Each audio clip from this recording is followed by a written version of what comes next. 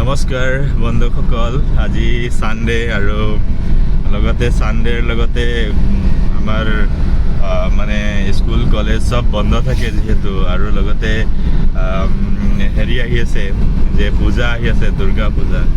চ' সেইকাৰণে বহুত দিনৰ মূৰত আজি আমি মানে ফুৰিবলৈ ওলাইছোঁ এনেকৈ। আৰু মোৰ লগত আছে আমাৰ মিলি ছাৰ। এয়া তো তেওঁ ড্ৰাইভিং কৰি আছে, ড্ৰাইভিং আৰু বহুত এক্সপাৰ্ট ড্ৰাইভিঙত, কথাই ক'ব নালাগে। তেওঁ একেৰাহে ইয়াৰ পৰা তাৰমানে ধুবুৰীৰ পৰা যেতিয়া ঘৰলৈ যায় একদম নন ষ্টপ আৰু মানে গাড়ী চলাই আৰু যাই থাকে, আৰু ইমান মানে স্কিল, ড্ৰাইভিং স্কিল, কথাই ক'ব নালাগে। চ' তেওঁ যিহেতু ড্ৰাইভিঙত থাকে তো ভয় কৰিবলগীয়া একো নাই মোৰ কাৰণে। চ' মই একদম ধুনীয়াকৈ বহি গৈ আছোঁ। চ' আজি আমি কোচবিহাৰলৈ যাই আছোঁ, গতিকে আপোনালোকে এই ভিডিঅ'টো চাই থাকিব। আৰু লগতে যিহেতু মই এনেদৰে ভিডিঅ'টো আগলৈকে বনাই থাকিম, এনেদৰে ভিডিঅ'বোৰ আহি থাকিব, আপোনালোকে চাই থাকিব। তাৰ কাৰণে আপোনালোকে মোৰ চেনেলটো ছাবস্ক্ৰাইব কৰিব, লাইক কৰিব, আৰু পাৰিলে নিজৰ আপোন মানুহৰ লগত শ্বেয়াৰ কৰিব। চ'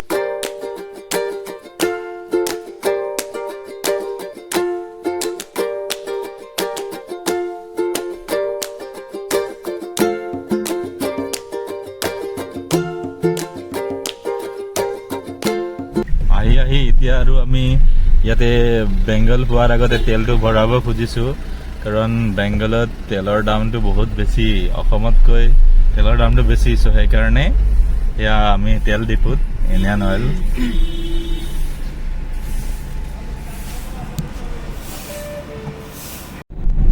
আহি এয়া আমি বেংগল গেটটো পালোঁ। এতিয়া বেংগল গেটটো পাৰ হৈ যাম ইয়াৰ পৰা। এয়া বেংগল গেট পাৰ হ'লোঁ। এইটো কি বুলি কয়, এইবাৰ মানে ইয়াতে বেংগল গেটত আমি শিলিগুৰি যাবলৈ লৈছিলোঁ আৰু আহি আছিলোঁ। তেতিয়া তাৰমানে মিলি ছাৰৰ গাড়ীখন নতুন আছিলে, তাৰমানে জাষ্ট কিনিছিলে, বহুত বেছি দিন হোৱা নাছিলে, 1 মাহ 2 মাহমান হৈ আছিলে। চ' তেওঁৰ তাৰমানে লাইচেঞ্চটো কমপ্লিট মানে হোৱা নাছিল, লাইচেঞ্চটো নাছিলে, লাৰ্ণাৰ লাইচেঞ্চত গাড়ীটো চলাই আছিলে। আৰু ইয়াতে বেংগল গেটত কি কৰিলে, তেওঁলোকে ৰখালে, আৰু ৰখাই পেলাই চাইছে যে তাৰতো লাৰ্ণাৰ লাইচেঞ্চ আছিলে। চ' সেইকাৰণে লাৰ্ণাৰ লাইচেঞ্চটো থকাৰ কাৰণে তাৰমানে তাহাঁতে চালান লগাই দিলে। কিয়? কাৰণ লাৰ্ণাৰ লাইচেঞ্চ হ'লে মানে হাইৱেত চলাব নোৱাৰি। চ' আমি শিলিগুৰি গৈ আছিলোঁ, চ' মানে ইমান বেয়া লাগিল। চালানটো আছিলে 5,000 টকাৰ চালান। চ' মানে বেয়া লাগিল। তাৰপিছত ৰাস্তা ইয়াৰে পৰা ঘূৰি গ'লোঁ আৰু যাব নোৱাৰিলোঁ। সেইকাৰণে যদি আপোনালোকৰো যদি লাৰ্ণাৰ লাইচেঞ্চ থাকে, তেতিয়াহ'লে গাড়ী নতুনকৈ কিনিছে, তেতিয়াহ'লে হাইৱেত কিন্তু নচলাব। এনেকৈ হয়তো পুলিচে পিছলৈ গৈ পেলাই চালানটো লগাব পাৰে। চ' গতিকে মাইণ্ড ইট, হয়নে নহয়? এনেদৰে এতিয়া এইটো টোল গেট আহিলে। এতিয়া আমি টোল গেট পাৰ হৈ যাব লাগিব কোচবিহাৰ মাজতে। চ'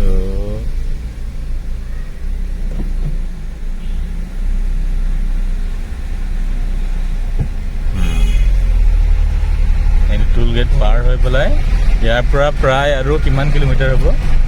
20 কিলোমিটাৰ, আৰু 15-20 কিলোমিটাৰ হ'ব এনেকৈ। চ' আমি যাই থাকিব লাগিব আৰু এনেদৰে। ইয়াতে আমি এটা জেগাত চাহ খাবলৈ নামিছিলোঁ ৰাস্তাতে। তো চাহ খাই পেলাই এতিয়া গাড়ীত উঠিম আকৌ। এয়া গাড়ীত উঠি পেলাই যাম। এতিয়া কোচবিহাৰ পোৱাই নাই। কোচবিহাৰত আজি কিবা এটা ধামাকা হ'ব, আৰু আপোনালোকে আমাৰ এই ভিডিঅ'টোত চাই থাকিব। আপোনালোকক মানে এটা ধামাকা দেখাম। ভিডিঅ'টো চাই থাকিব, এই ভিডিঅ'টো চাই থাকিব।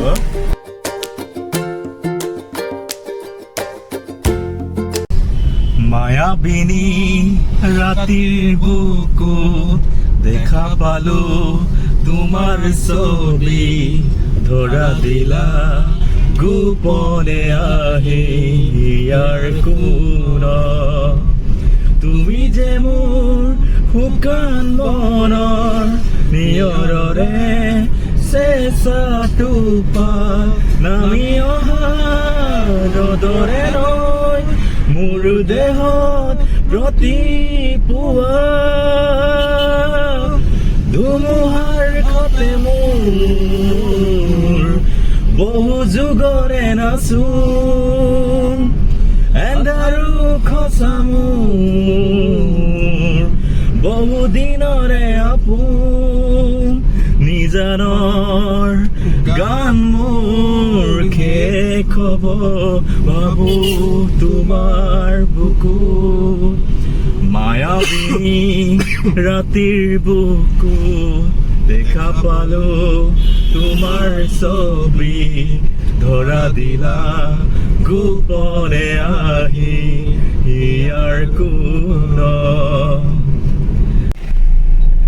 এয়া আমি টাৰ্ণিং পইণ্টটো পালোঁ কোচবিহাৰ ধুমুহা টাৰ্ণিং এইফালে চিধা গ'লে হেৰি যায় শিলিগুৰি যাব পাৰি চ' আমি এইফালে সোমালোঁ এয়া ইয়াতে কোচবিহাৰত এয়া গেট বনাই আছে দুৰ্গা পূজাৰ গেট ইমান ডাঙৰকৈ ধুনীয়া আপোনালোকে যদি ইচ্ছা কৰে কোচবিহাৰৰ দুৰ্গা পূজা চাবলৈ আহিব পাৰিব এয়া একদম পূৰা ডাঙৰকৈ গেট বনাই আছে চাব এইটো একদম মানে খুব বেংগলৰ পূজা মানে আৰু বেলেগ পূজা আমাৰ অসমৰ পূজা মানে আৰু অলপ বেলেগ ধৰণৰ পূজা হয়নে নহয় আৰু একচুৱেলি পূজা যদি চাব লাগে কেলকাতাত চাব লাগে কেলকাতাতো আৰু এক মাহলৈকে পূজা চলে ইয়াতো ৱেষ্ট বেংগলতো চলে নেকি এক মাহলৈকে বেংগলৰ হয় না বেংগলৰ অৰিজিন য়েছ চ' সেইটোৱে বহুত ডাঙৰকৈ বনাইছে গেটটো চাওক বাপৰে গোটেই ৰাস্তাতে মানে ভৰ্তি আছে গেটবোৰ চাওকচোন কেনেদৰে ভৰ্তি কৰি দিছে ইমান ডাঙৰ ডাঙৰ গেট বনাইছে চব মানে এটা দুটা নহয় আৰু একদম পুৰা বহুত বহুত এইবিলাকত লাইট জ্বলিব আৰু একদম ডাঙৰ ডাঙৰকৈ বহুত গেট বনাইছে বাপৰে চাওক আৰু একদম পুৰা ডাঙৰ ডাঙৰকৈ গেট বনাইছে আৰু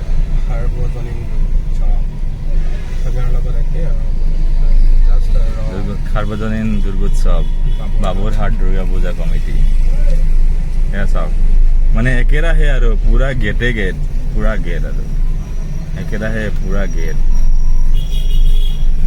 সেয়া গৈ আছোঁ আজি আপোনালোকক কোচবিহাৰ দেখুৱাম কেনেকুৱা ইয়াতে একদম মানে সোমোৱাৰ লগে লগে ভিৰ ইয়াতেও আৰু চব পূজাৰ পৰিৱেশ যদিও আজি মানে ছানডে হয় ছানডেটো আপোনালোকে জানে চবতে বন্ধ থাকে কিন্তু তথাপিও তাত আৰু বেলেগ ধৰণৰ আৰু ছানডে বুলি ক'লে আৰু আজি বন্ধ নাই পূজাৰ কাৰণে চয়া চাওক কিমান ডাঙৰ গেট বনাইছে চাওক ইতিমধ্যে আমি গাড়ী পাৰ্কিং কৰিলোঁ আগত আৰু আমি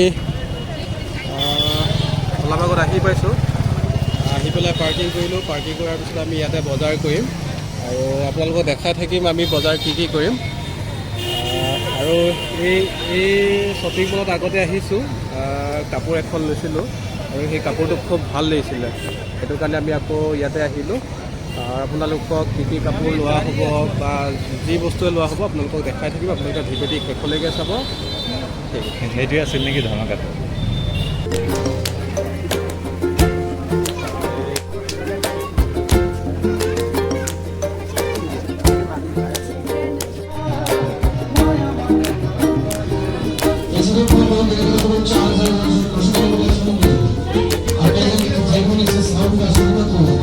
এয়া মিলিচাৰে কিনিলে এয়া কাপোৰ বহুত কাপোৰ পূজাৰ কাৰণে কাপোৰ লৈছে একদম মই আচলতে দুখন কাপোৰ ল'লোঁ এটা এইখন কাপোৰ আৰু এইটো বগা কাপোৰ এইটো হৈছে আমাৰ চেত্ৰী ছাৰৰ তেওঁৰ ভাগিন এজন আছে বোলে আৰু এয়া চেত্ৰী ছাৰৰ এইখিনি কাপোৰ আমি কোচবিহাৰত আহি পেলাই ইয়াতে ল'লোঁ আগতেও ইয়াতে লৈছোঁ আগতে মানে আপোনাৰ কাপোৰ এখন লৈছিলোঁ বগা কাপোৰ সেই কাপোৰটো ভাল লাগিছিলে আকৌ সেইটো কাৰণে আকৌ আহিলোঁ আমি আৰু কাপোৰকেইটা দেখি পেলাই মানে এনেকুৱা লাগিছে কাপোৰকেইটা ভালেই হ'ল এয়া আমি কোচবিহাৰ ৰাজবাৰী পালোঁ এয়া গেট ৰাজবাৰীৰ গেট আপোনালোকে দেখা পাইছে আমি বহুবাৰ আহিছোঁ কোচবিহাৰৰ ৰাজবাৰীত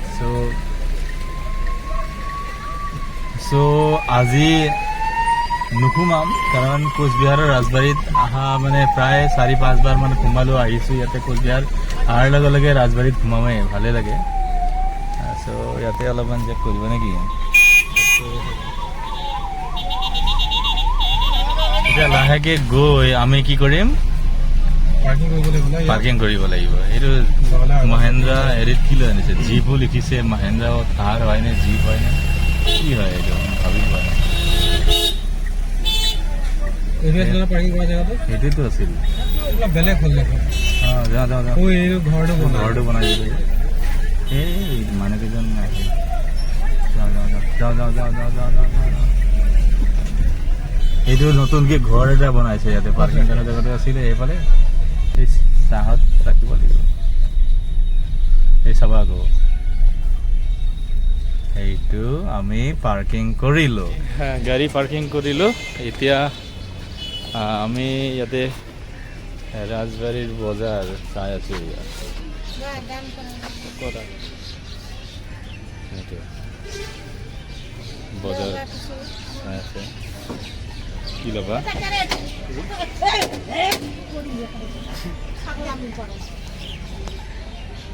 কি ল'বা গড় লোৱা অসমৰ